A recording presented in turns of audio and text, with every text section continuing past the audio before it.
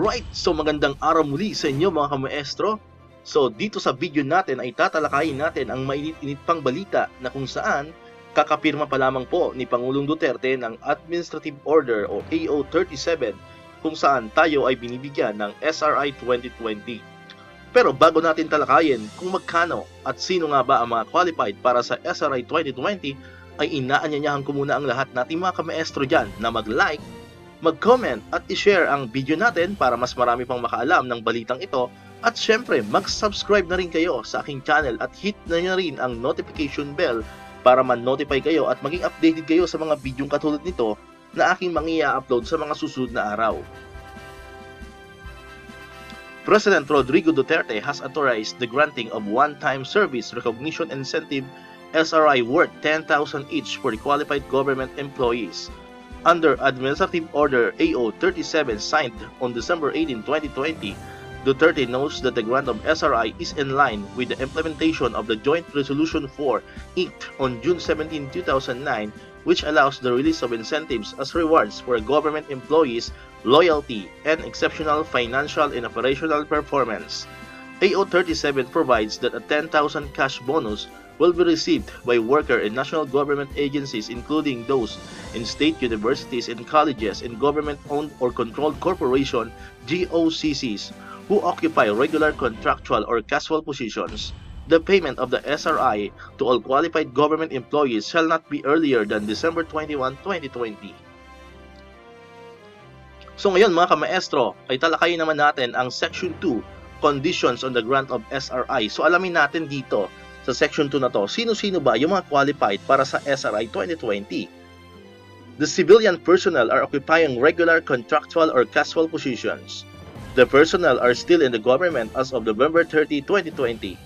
The personnel have rendered at least a total or an aggregate of 4 months of satisfactory service as of November 30, 2020, inclusive of services rendered under any of the alternative work arrangements prescribed by the Civil Service Commission.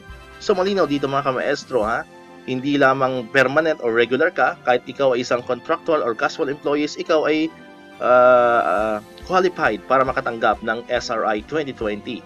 At kahit ikaw ay bago pa lamang sa serbisyo, basta ikaw ay mahigit isang buwan na sa iyong trabaho, sa inyong serbisyo sa gobyerno, ikaw ay qualified din para sa SRI 2020. Okay, so malinaw po yun ha mga kamaestro. Number 4, those who have rendered at least or less than a total or an aggregate of 4 months of satisfactory service as of November 30, 2020 shall be entitled to a prorated share of the SRI as follows. Okay, so nandito po yung mga empleyado naman ng gobyerno, contractual ka man or regular or casual employee, basta ikaw ay nakapagtrabaho na ng not less than 1 month, ito yung prorated no, na matatanggap natin. So hindi po 100%, so malinaw po yun ha, lalo doon sa mga bago pa lang sa gobyerno, mga bago pa lamang na employee ng ating government. So malinaw po dito na nakasaad, no? Pag ikaw ay 3 months but less than 4 months, ito po, no? 3 months but not but less than 4 months, ang inyo pong makukuhang SRI is 40%. No? 40% kung magkano man yung total na marireceive na SRI ng inyong agency. Pag ikaw naman ay 2 months but less than 3 months, okay? So 30% naman po ang makukuha ninyong SRI. Samantalang pag ikaw naman ay 1 month, walang sa trabaho but less than 2 months, so 20% naman ng SRI. And then kapag ikaw naman ay less than 1 month, okay? So pag ikaw naman ay less than 1 month, so ang makukuha mo naman ay 10%. Okay, so malinaw po yun mga kamaestro, no? Less than 1 month, ibig sabihin nito, ikaw ay na-employed, no? Mga November 30. Diba? Kasi ang requirement dito is November 30, 2020. So, halimbawa, na-employed ka ng November 30 or November 29. So, ibig sabihin, wala ka pang 1 month, pero ikaw ay entitled na rin ng 10%. Okay, so yun po yung kagandahan, no? So, entitled ka na rin.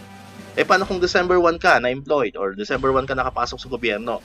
So, pag December 1 po, mali daw po doon sa AO number 37, hindi na po kayo qualified. Okay? So, hindi po kayo qualified December 1, December 2 onwards, hindi na po kayo qualified kahit 10%. Pero, mali na, ulitin ko po, kapag ikaw ay na-employed ng this November 30, 2020 or November 29, November 28, kahit wala pang isang buwan, kasi ngayon ay December 21 pa lang, so you are entitled of the 10% of the SRI. Okay. Next, number 5, the employee have not yet or have not received any additional year-end benefit for fiscal year 2020 over and above the benefit authorized under Republic Act RA number 6686 as amended by Republic Act number 8841. Okay, so kapag ikaw ay hindi pa nakatanggap ng mga additional year-end benefit for fiscal year 2020, ikaw ay entitled ng SRI 2020. Okay, so next naman mga kamaestro, talakayin naman natin yung Section 4 ng nasabing Administrative Order number 37 na kung saan dito ipinapaliwanag kung saan ba manggagaling yung pondo para sa SRI na matatanggap ng lahat ng kawani o empleyado ng ating gobyerno.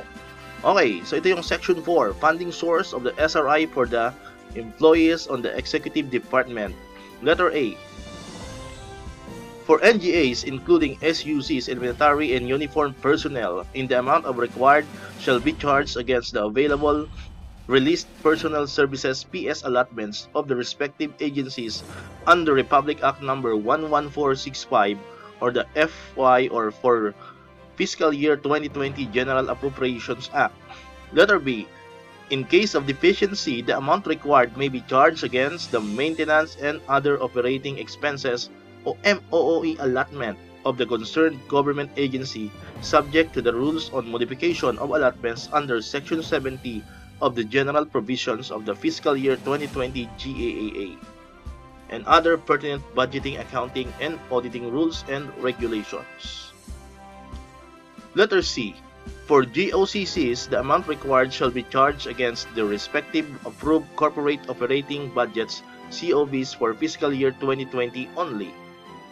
Letter D. Should the identified funding source prove insufficient to cover the full amount of the SRI, a lower but uniform amount shall be paid to all qualified employee of the NGA or GOCC.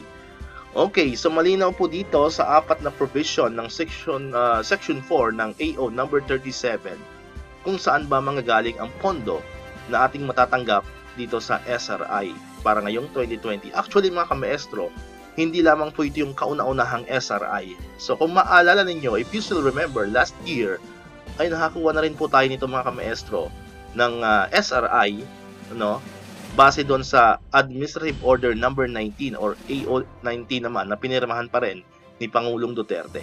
Okay, so ibig sabihin ito na po yung pangalawang taon kung saan lahat ng kawani ng gobyerno, hindi lamang po DepEd, no? Lahat ng kawani ng gobyerno under executive branch, no?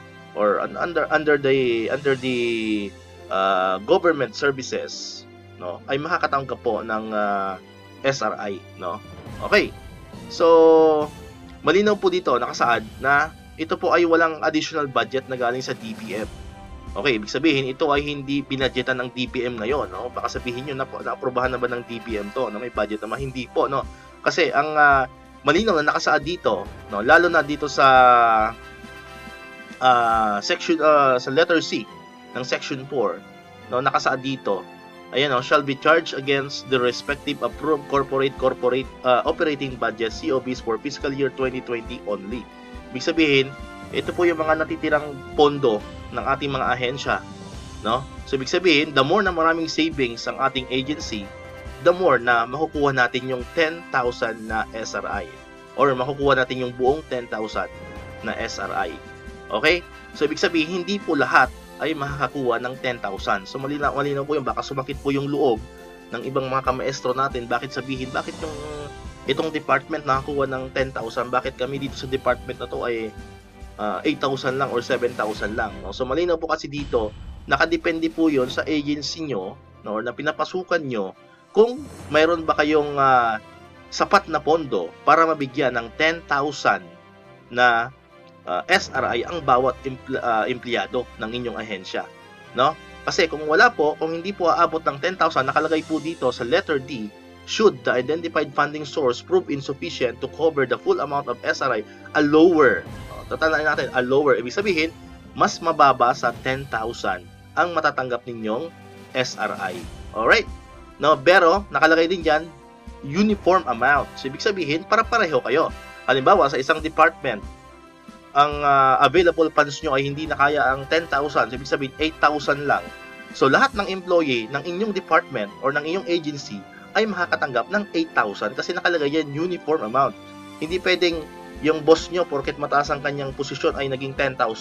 Samantalang sa inyo ay 8,000 lamang. So mali po yun, no? So nakasaad po dyan, uniform amount regardless of the position, regardless kung gaano ka nakatagal sa trabaho mo. So uniform amount po yun. So kung ang pondo na available lang ay 5,000 lamang or 6,000 lamang, so yun po ang matatanggap natin. Okay, so kung nagtatanong po kayo mga kamaestro, totoo ba ang SRI? So ito po ay totoong totoo. So pwede na kayong mag-hashtag SRI is real. No? So totoong totoo po yun. Pero hindi po lahat mabibigyan ng 10,000. So mas maganda nga po 10,000. No, hindi ko naman po sinasabi na hindi na talaga mabibigyan. So much better po kung lahat ay makatanggap tayo ng 10,000 na SRI. Pero sabi ko nga kanina, ito po ay nakadepende sa savings ng inyong agency. So wag po sumama ang loob natin kung marinig natin yung taga-ibang agency, taga-ibang lugar ay nakatanggap ng mas malaki sa natanggap ninyo.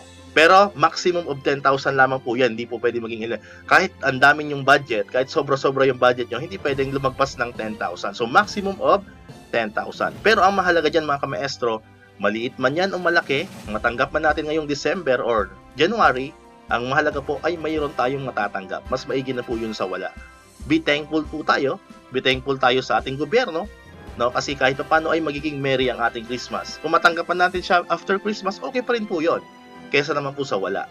Di po ba? Kasi baka marami na naman po tayo mga kamaestro dyan na magreklamo. Kasi baka masabi, hindi kasi natin maiwasan mag-compare, di ba? Baka sabihin nyo, bakit yung ibang division, yung ibang nakuha na sa amin, wala pa. So, ang gagawin naman po natin dito mga kamaestro ay mag-antay. So, ang mahalaga po, mayroon po tayong matatanggap. Siguro as of the moment, ang ating po mga kinaukulan, yung mga nasa admin department ng ating mga kanya-kanyang agency, ay nagkumikilos na para maaprubahan na, para mahanapan na ng pondo itong ating SRI. Yung ating mga division offices, regional offices, hanggang sa ating central offices, sa tingin ko po sa mga panahong ito, ay gumagawa na sila ng aksyon, nagkakaroon na sila ng mga coordination meeting para mahanapan na ng pondo ang SRI na matatanggap ng kanilang mga opisina. Okay, so dito na lang po nagtatapos ang ating video. Sana po ay nalinawan kayo kung sino ba talaga ang makakakuha ng SRI at kung magkano kuha ng SRI ngayong 2020. So muli po, ito ang inyong El Maestro na binabati kayo ng isang maligayang Pasko. Once again, El Maestro, see you on my next vlog. Bye-bye!